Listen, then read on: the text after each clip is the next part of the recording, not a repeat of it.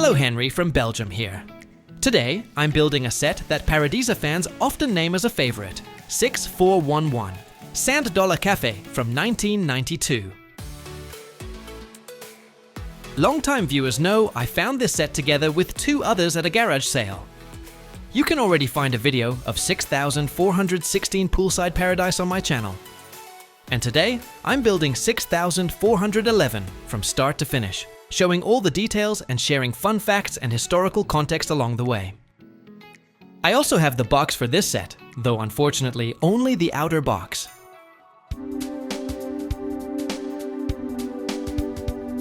This is Classic Town in summer mode, light, airy, and instantly recognizable by those soft Paradisa colors. The box art puts you in the right mood straight away, and the back shows a handful of attractive alternate build ideas. It's actually a fairly large box, despite the set having only 168 parts, and more importantly, it's a flap box. Open the flap and you get even more photos inside. It enhances the experience and gives you a nice preview that makes you want to buy the set.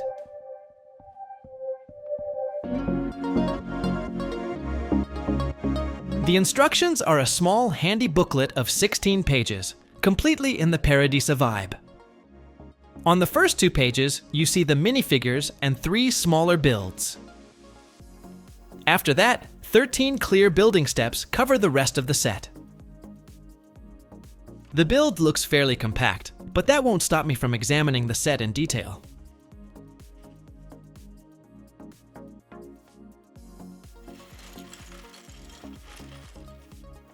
In terms of parts, I think it definitely has a few nice highlights, and the set's biggest asset is undoubtedly the beautiful baseplate. It's a 32 by 32 baseplate with beach pattern, exclusive to this set. The print grades from deep water to shallow, across wet sand into grass, so the beach scene instantly reads right. Check the edges and corners, the crispness of the transition lines, and any sun fading. The light green can drift slightly yellow, and the sand can look a bit duller. It pairs beautifully with other Paradisa sets, but blends less well with classic town baseplates. Their grass is the darker standard green, so the transition can look a bit abrupt. A thin buffer of plates or some planting helps. Classic LEGO baseplates are made from high-impact polystyrene. I clean them with lukewarm water and a drop of mild soap, wipe gently, rinse well, and let them dry out of direct sunlight. For storage, I keep the plate flat, dark, and dry, ideally pressed between cardboard. If there's minor warping, I start with cold pressure and patience. Heat-based methods exist, but carry risk, so I avoid them. In short, this baseplate defines the set, is unique in the catalog, and noticeably boosts its collectability.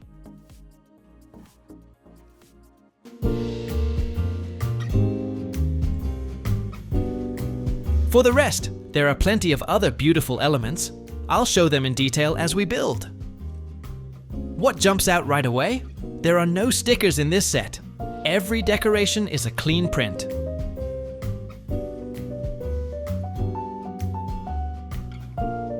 The minifigures are generous too.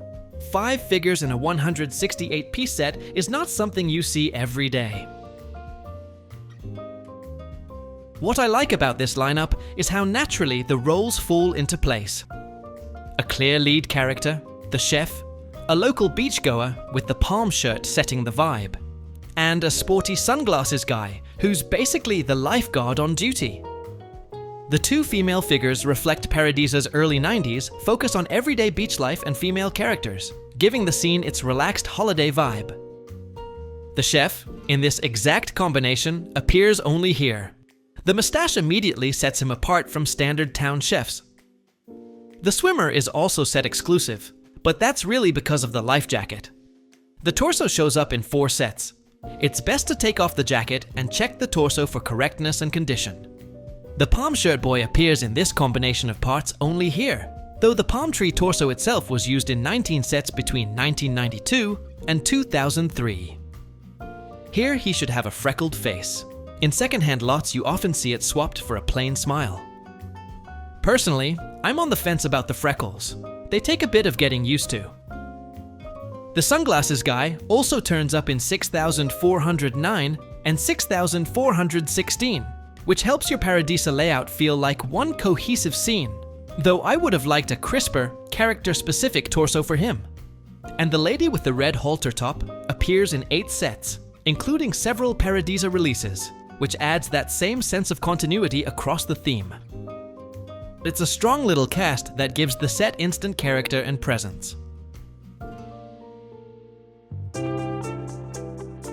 I always check the classic palm tree leaves carefully for damage.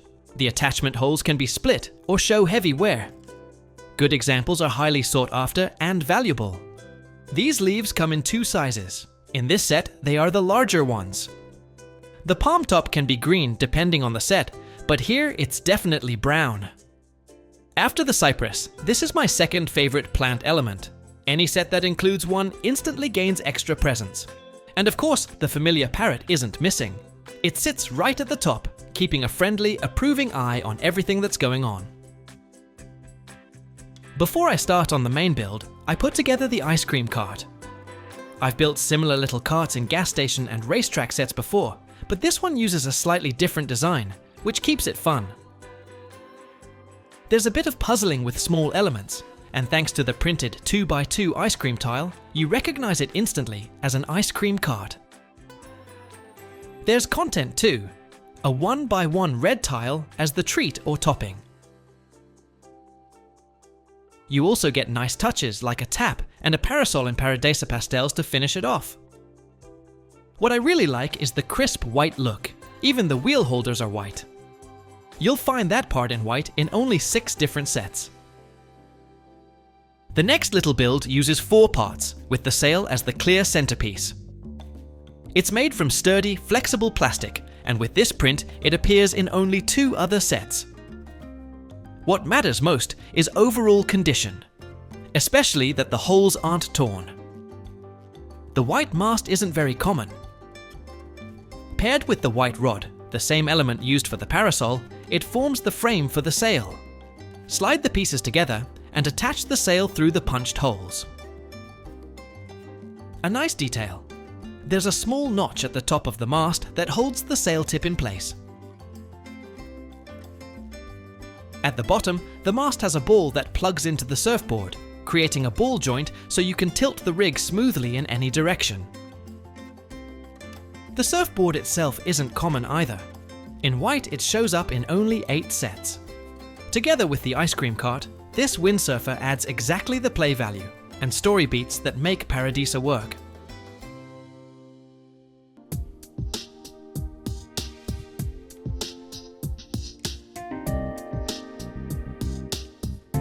On the baseplate, I place a number of light grey plates to form the foundation of the pavilion. Light grey elements are always a bit rarer in sets, and here the round corner 6x6 plate really stands out, because it hardly ever appeared in this color.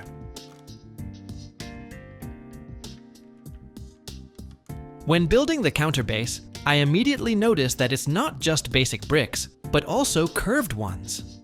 That makes the whole structure look more modern and playful, less blocky. The counter itself is built with 2 light grey corner plates, also not very common in this color. The decoration inside is quite nice. A pan, a suggestion of fire, several taps, a coffee machine and a cup. It really gives me the feeling of a cozy cafe. The windows are another highlight of this set. There are 3 of the type 3x4x6 with curved top in trans clear, which you only find in a handful of sets. The corner window is even rarer, appearing in even fewer sets. To finish the cafe, a few more bricks and plates go on, and the name sign is a lovely final touch.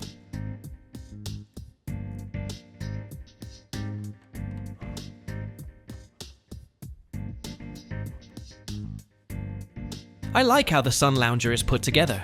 Clever use of just a handful of parts. From here, the actual building is more or less done. It's mainly a matter of placing the decorative elements. And there's quite a bit of that.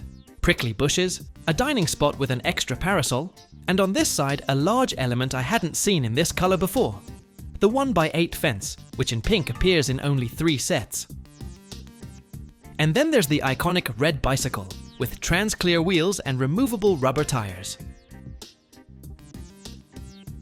Finally, there's also a lifeguard post, complete with ladder and matching sign.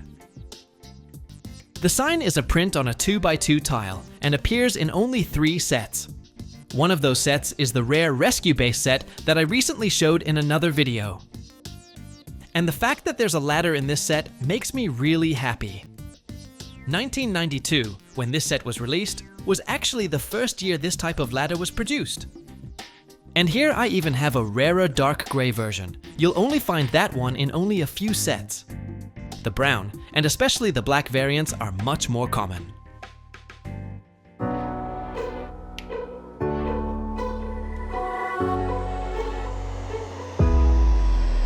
For me, Sand Dollar Café is a strong display set with a surprising amount of decoration and play features. At a glance, you get several small scenes: the bar and terrace, lifeguard post, ice cream cart, windsurfer, plus lots of small details. The drawbacks are clear. This isn't a challenge build. The pavilion, the only real structure, goes together quickly and could have used more complexity. Even so, the strengths win out. The unique baseplate, the large windows, no stickers, 5 strong minifigures, the cafe brick, and all the small touches I've pointed out along the way. This set will get a prime spot in my collection and in my themed town. I hope you enjoyed this video. If you did, feel free to give it a like. And if you'd like to see more every Sunday, don't forget to subscribe to the channel. It's completely free. Thanks for watching, and see you in the next video.